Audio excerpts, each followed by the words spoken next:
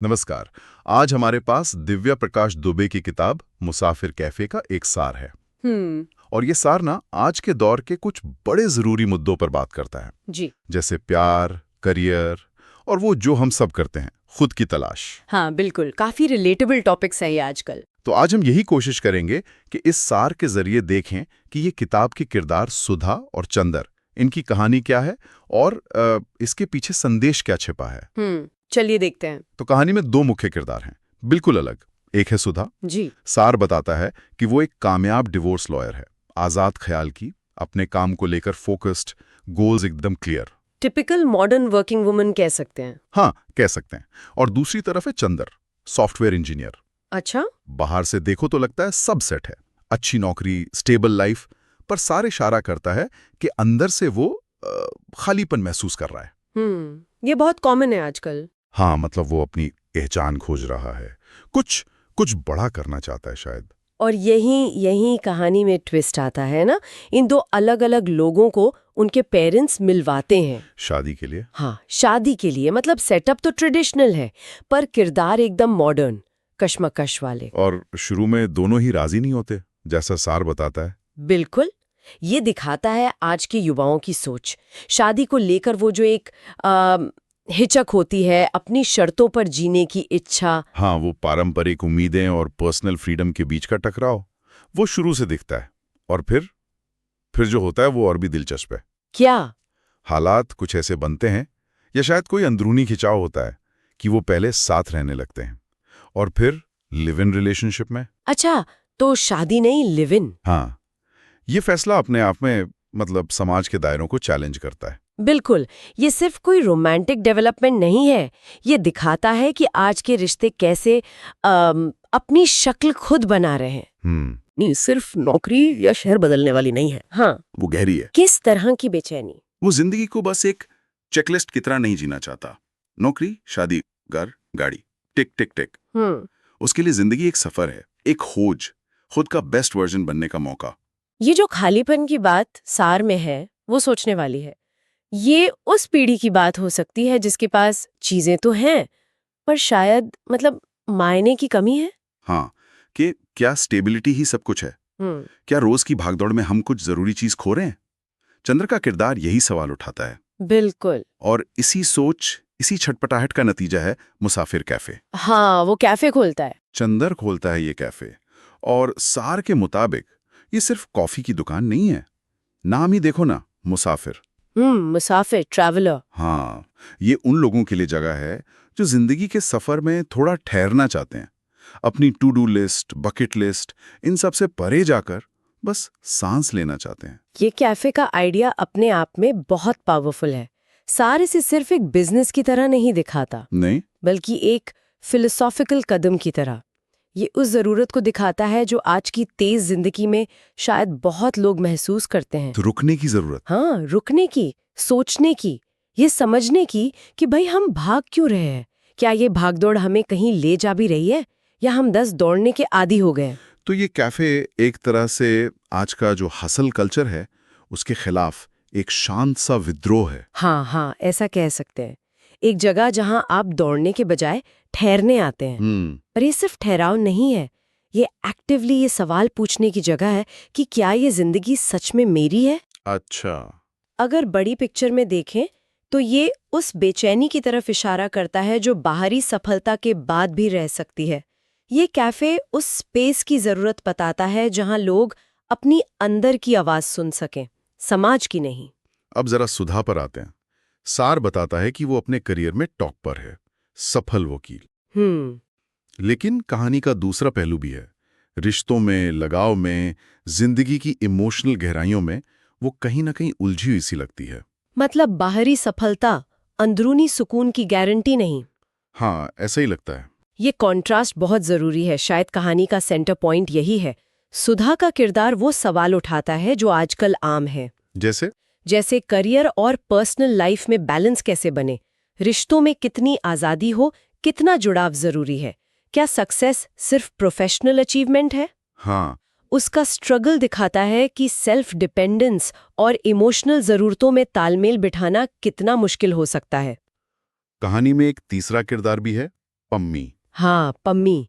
सार कहता है कि उनके जरिए लेखक आज के युवाओं की इन्हीं चुनौतियों को, करियर, प्यार, शादी, सेल्फ डिस्कवरी, इनको और उभारता है। ये पम्मी का किरदार क्या करता है कहानी में? सार के हिसाब से पम्मी शायद एक और लेयर जोड़ती हैं, एक और पर्सपेक्टिव। अच्छा। हो सकता है वो आज के पीढ़ी की उन आवाजों में से हों जो पुराने रास्तों पर सवाल उठा रही हैं। या शायद वो उन पारंपरिक उम्मीदों को दिखाती हों जिनसे सुधा और चंदर जूझ रहे हैं। उनका होना कहानी को सिर्फ दो लोगों की कहानी से निकालकर एक बड़े सोशल डिस्कशन का हिस्सा बनाता है, किरदारों के कॉन्फ्लिक्ट को और गहरा करता है, उन्हें ज्यादा रियल बनाता है। किरदारों की ये जो अंदरूनी कश्मकश है, ये सिर्फ उनके रिश्तों में नहीं, माहौल में भी दिखती है। सार बताता है कि सेटिंग बदलती है। कहाँ से कहाँ? मुंबई जैसे भागते शहर से शुरू होकर पहाड़ों की शांत वादियों तक, शायद मसूरी। अच्छा, मुंबई से मसूरी? हाँ, तो ये सिर्फ जगह का बदलाव है या इसका कोई गहरा मतलब भी है? नहीं, ये सिर्फ जगह का बदलाव नहीं लगता, ये गहरे ट्रांसफॉर्मेशन का सिंबल है। कैसे? देखिए, मुंबई की रफ्तार, एम्बिशन, वो गुमनामी, ये उस जिंदगी का प्रतीक है जिससे चंदर दूर जाना चाहता है और जिसमें सुधा सफल तो है पर शायद उलझी हुई भी। और पहाड़ों का शांत माहौल, वो ठहराव, नेचर से करीबी, ये शायद उसी आत्ममंथन, उसी सुकून की तलाश को दिखाता है जिसकी चंदर को जरूरत थी। तो ये जो बाहरी सफर है मुंबई से पहाड़ों तक का, ये एक तरह से उनके अंदरूनी सफर का आईना है। बिल्कुल, शहर की भीड़ से पहाड़ों के एकांत तक जाना, शायद बाहरी शोर से अंदरूनी आवाज तक पहुंचना, ये सिर्फ मंजिल तक पहुंचने की दौड़ से हटकर सफर को समझने, उसे अनुभव करने की तरफ बढ़ने का प्रतीक है। पहाड़ों का माहौल शायद किरदारों को मौका देता है रुककर सोचने का कि वो असल में क्या चाहते हैं, उनके लिए क्या मायने रखता है। हाँ बिल्कुल, ये शहरी भागदौड़ और पहाड़ी सुकून का फर्क शायद उनकी प्रायोरिटीज में बदलाव को भी दिखाता है। तो अगर हम इस पूरे सार से मेन थीम्स निकालें तो क्या क्या सामने आता है?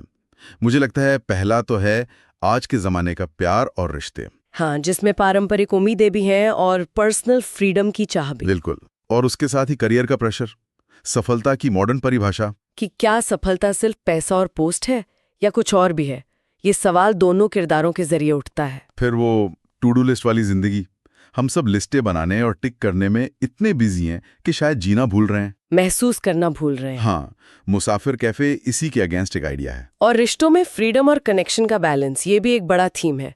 कितना स्पेस हो, कितना साथ, सुधा चंदर का लिव इन शायद इसी बैलेंस की तलाश है। खुद की तलाश, मैं असल में क्या चाहता हूँ या क्या चाहती हूँ, ये सवाल तो कहानी के सेंटर में है, खासकर चंदर के जरिए। निश्चित रूप से। और आखिर में समाज की उम्मीदें, शादी करो, सेटल हो जाओ, कामयाब बनो, और अपनी दिल की आवाज, इनके बीच का टकराव। ये सारे थीम्स आज के युवाओं से सीधे जुड़ते हैं, उनकी रोज की कश्मकश का हिस्सा हैं। सही कहा। ये कहानी, जैसा सार से लग रहा है, सिर्फ एक रोमांटिक नॉवल नहीं है, ये आज की पीढ़ी के कॉन्फ्लिक्ट्स, उनके सपनों, उनकी तलाश का आईना है। बिल्कुल, ये सोचने पर मजबूर करती है कि क्या हम अपनी लिस्ट पूरी करने में इतने खो गए हैं कि जिंदगी को एक्सपीरियंस करना भूल गए। क्या अचीवमेंट ही सब कुछ है या एक्सपीरियंस की भी कोई वैल्यू है? ये कहानी शायद यही याद दिलाती है कि जिंदगी सिर्फ डेस्टिनेशन नहीं, सफर भी है। तो कुल मिला के मुसाफिर कैफे का ये सार एक ऐसी कहानी की झलक दे रहा है जो सिर्फ सुधा और चंदर की नहीं लगती। नहीं, हम में से बहुत से लोगों की कहानी हो सकती है जो इस भागदौड़ भरी जिंदगी में अपने मायने ढूंढ रहे हैं, अपनी जगह तलाश रहे हैं। और जो सबसे जरूरी मैसेज शायद इस सार से निकलता है वो ये है कि जिंदगी सिर्फ गोल अचीव करना नहीं है, बल्कि इसे गहराई से समझना, महसूस करना, ये भी एक सफर है। रिश्ते ऐसे हों जहां आजादी भी महसूस हो और अपनापन भी।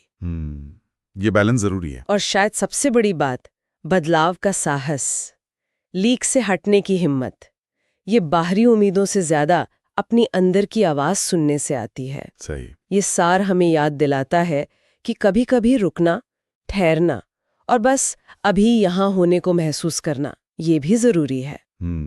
लेकिन ये एक मुश्किल सवाल भी खड़ा करता है कि आखिर ये बैलेंस सधेगा कैसे? कैसे? एम्बिशन और सुकून के बीच, बाहरी दुनिया और अंदरूनी आवाज के बीच। और यही सवाल है जो हम अपने सुनने वालों के लिए छोड़ जाते हैं कि अपनी जिंदगी की दौड़ में महत्वाकांक्षा और उपलब्धि की चाह के साथ साथ खुद को खोजने और जीवन को सच में महसूस करने के लिए वो जरूरी ठहराव, वो जगह कैसे बनाई जाए। आपका अपना मुसाफिर कैफे कहाँ है? हाँ, आपका अपना मुसाफिर कैफे, वो कोना जहां आप दुनिया की भागदौड़ से थोड़ा हटकर, ठहरकर खुद से जुड़ सकें, वो कैसा दिखता है या कैसा दिख सकता है?